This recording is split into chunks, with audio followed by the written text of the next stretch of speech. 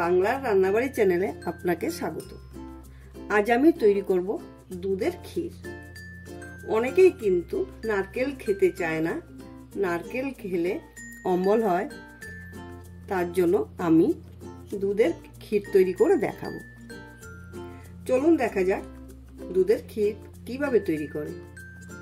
সকালবেলা গরুর দুধ ভালো করে জাল দিয়ে রেখেছিলাম, কিন্তু অনেকটা সময় লাগে বলে তাই আমি বিকেলবেলা দুধ আমি জাল দিয়ে ঘন করে নেব। যখনই ঘন হয়ে আসবে এর মধ্যে দিয়ে দিতে হবে খেজুর গুড়ের পাঠালি, কারণ শীতকালে খেজুর গুড়ের পাঠালি দিয়ে পিঠে পায়েস না খেলে মন যেন ভরে না, তাই আমি খেজুর গুড়টা দিয়ে দিচ্ছি।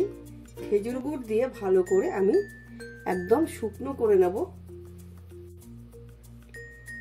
1 লিটার দুধে আমি 2খানা খেজুর পাটালি দিয়ে দিচ্ছি। রেসিপি দিয়ে কিন্তু পাটিসাপটা পুলি পিঠা তৈরি করতে পারেন। আমার রেসিপি যদি ভালো লাগে অবশ্যই আমার চ্যানেলটিকে সাবস্ক্রাইব, লাইক, শেয়ার করতে ভুলবেন না। আবার নতুন নতুন রেসিপি নিয়ে আমি হাজির হব। ভালো থাকবেন, সুস্থ থাকবেন। ধন্যবাদ।